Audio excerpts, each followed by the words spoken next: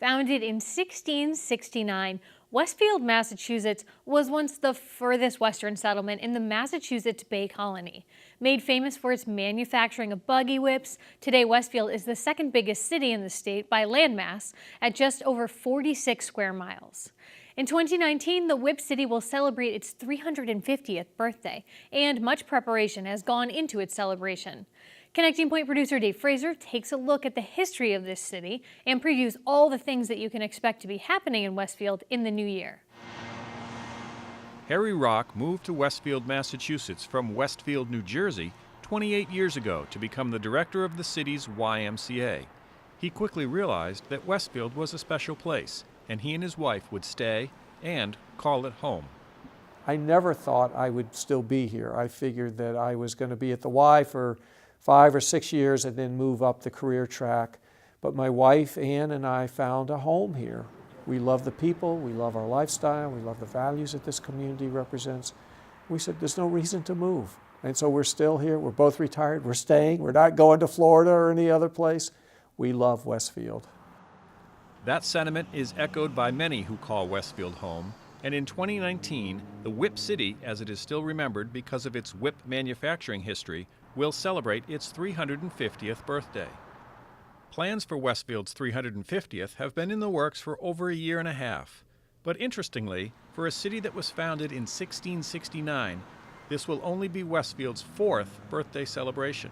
They did the first one in 1869, second one in 1919, third one in 1969 that a lot of people remember, and then this is the 4th one with our 350th year in 2019.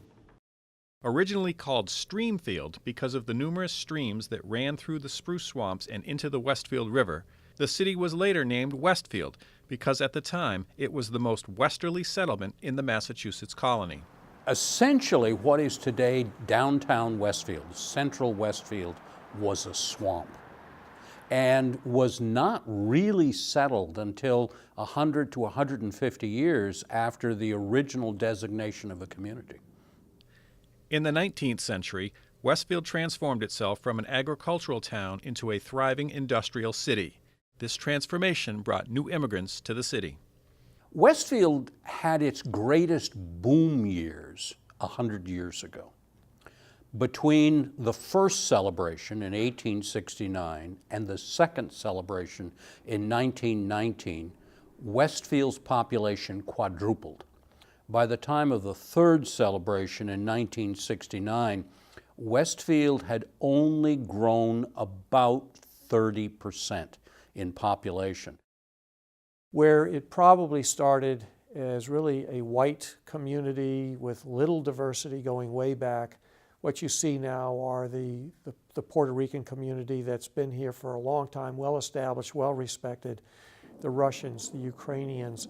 In the past, we had the Polish, we had the Irish. There is a true mix and a true diversity and a celebration of those cultures within our city. Westfield was a prominent center of the buggy whip.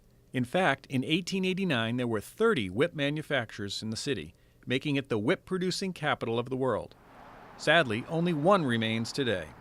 Other firms produced bicycles, paper products, pipe organs, boilers and radiators, textile machinery, abrasives, wood products, and precision tools. And if you look at photographs of Westfield at that time, it looks like a city. 3- and 4-story buildings lining the streets, downtown retail, factories bustling. Then, of course, the Depression hit, World War II hit, and Westfield kind of stagnated under those impacts. By the second half of the 20th century, its manufacturing base was eroded by wage competition in the U.S. Southeast. So as the city looks to the future, it is trying to reinvent itself. Gone are the big industries that once dominated the landscape, but smaller, locally owned businesses are popping up throughout the city's downtown corridor. A much-needed second bridge was added to help alleviate the traffic congestion heading in and out of the downtown, and the Park Square project was recently completed, creating a gathering space for community events. Although the 350th celebration has already begun, more events are planned as part of the city's first night celebration, all culminating with a weekend birthday party in May of 2019.